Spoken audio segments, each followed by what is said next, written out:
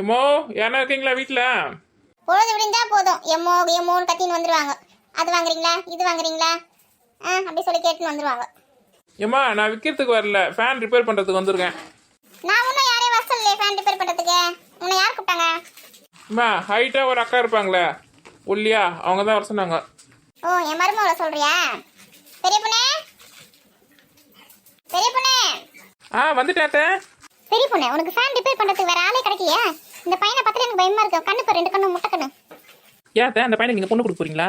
அவன் முட்டை கண்ணா இருந்தால் எப்படி இருந்தால் உங்களுக்கு நான் உங்களுக்கு தேவை ஃபேன் ரிப்பேர் பண்ணி அதெல்லாம் சுற்றணும், அவ்வளோதானே? நான் சொல்ல வேண்டிய சொல்லிட்டு அதுக்கப்புறம் இஷ்டம். வா தம்பி, இதோ இங்கே மேலே இருக்கு பார்த்தியா, இந்த ஃபேன் தான். என்ன அனுப்ப கொஞ்சம் பாரு. அக்கா ஃபேனில் என்ன ப்ராப்ளம்? ஏப்பா தம்பி, உன்னை அதுக்கு தான் கூப்பிட்டுருக்கோம். என்ன ப்ராப்ளம் நீ தான் கண்டுபிடிக்கணும்.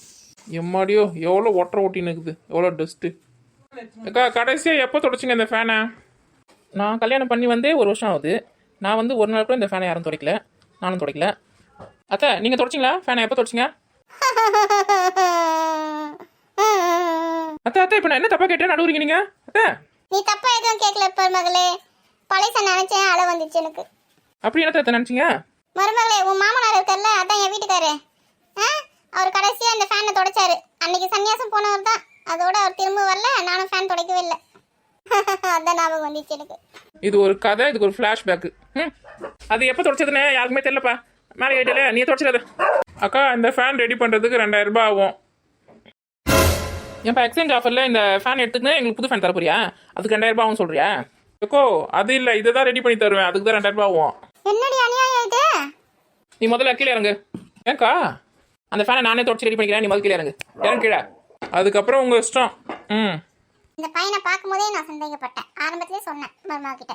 கேட்டால 500 ரூபாய் எடுங்கம்மா. எது 500 ரூபாவா? எதுக்கு 500 ரூபாய்? ஆமாம் மேலே ஏறி ஃபேனில் என்ன ப்ராப்ளம் சொன்னேன்ல, அதுக்கு தான் 500 ரூபாய் கொடுங்க. அத்தை அந்த கதவை மூடுங்க.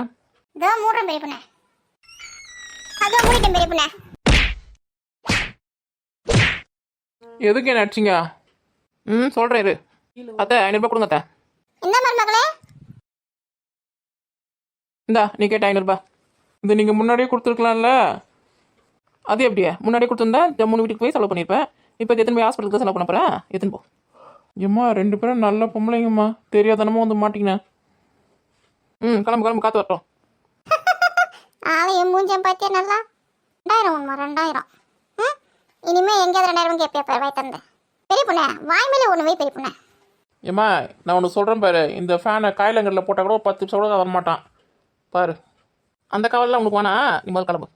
நான் சொல்ல வேண்டியது சொல்லிட்டேன், அதுக்கப்புறம் உங்கள் இஷ்டம். அத்தை கையில் எடுத்துனவங்க அத்தை. இந்த ஃபேன்லேயே கட்டி தாங்க விடலாம். ஐயோ நான் கிளம்பிட்டேன்ப்பா. அத்தை ஒரு ஈர துணி கொடுங்க அத்தை, ஃபேனை தொடச்சிடுறேன் மேலே ஏறி.